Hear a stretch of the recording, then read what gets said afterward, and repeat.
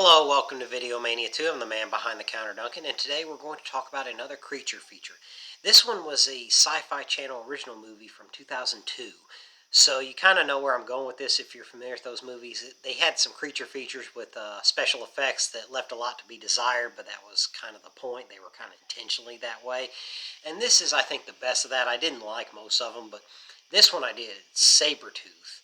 And it stars David Keith, John Rhys Davies, and Vanessa Angel. And it also stars Josh Holloway before he got on to the big TV show Lost, Nicole Tubiola, Philip Glasser, Lamar Tate, and Jenna Gehring.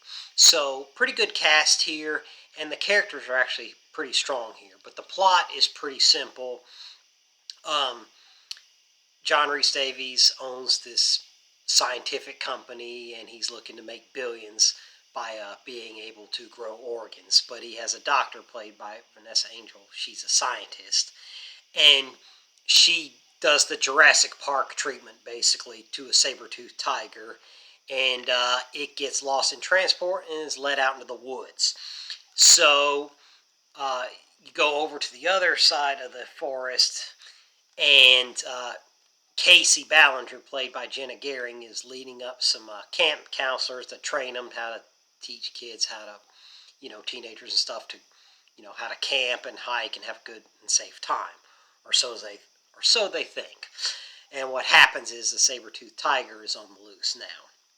So they're all going on their hike, and the doctor and Anthony, who heads up John Rhys Davies' character, who heads up the corporation, they hire a guy named Thatcher, who's a big, he's a wild game hunter. And they're like, we need you to capture a mountain lion. And he's like, you aren't telling me much. So they're like, well, we'll give you 50 grand. He's like, okay.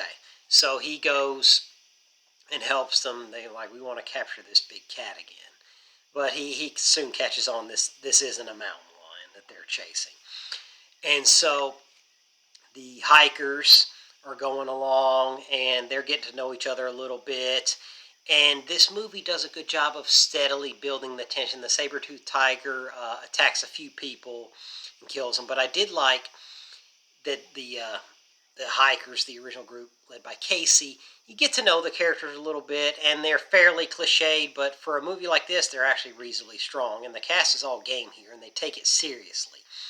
Now let's get into these special effects. Like I said, they're not good. I can't sugarcoat it, but I think it had to have been intentionally that way. Like when you see the saber-toothed tiger, like an action sequence with it, it doesn't look good. It's very obvious what it was. But I think that's what adds to the appeal of this.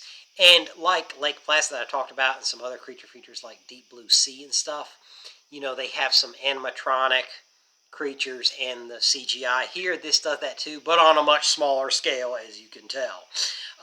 The action sequence of the saber-toothed tiger isn't convincing at all, but I had fun with it. And then you can see, like, there's times when you can see the saber-toothed tiger, like, peeping around looking for its next prey.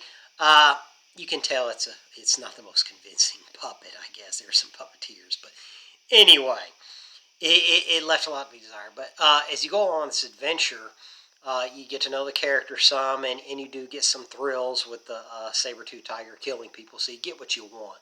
And the thing about this movie, too, is pretty shocking to me, is the cinematography and the setting out in the woods, wherever they shot. I think it was in North California, I think.